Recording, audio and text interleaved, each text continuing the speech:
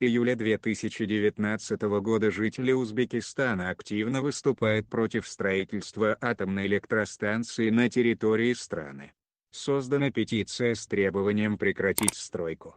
Ее адресовали президенту Шавкату Мирзиеву, председателю парламента, генеральному директору Росатом и руководителю МАГАТЭ, пишет Фергана. Жители Узбекистана имеют немало доводов против строительства. Участок возле озер Тускань является сейсмоопасным, а значит и энергетический объект в этом месте может нести угрозу. Кроме того, граждане обеспокоены актуальной для Центральной Азии угрозой терроризма.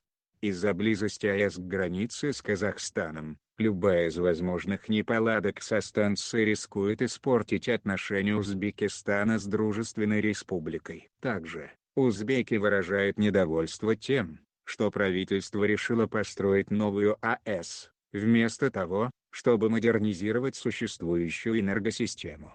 Ко всему прочему, план строительства, в нарушение законодательства приняли без тендера.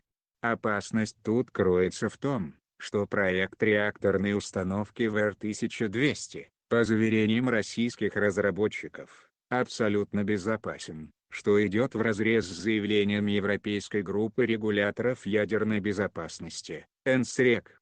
Европейцы, после проверки аналогичного реактора в Беларуси, отметили большие проблемы в области проектирования систем безопасности.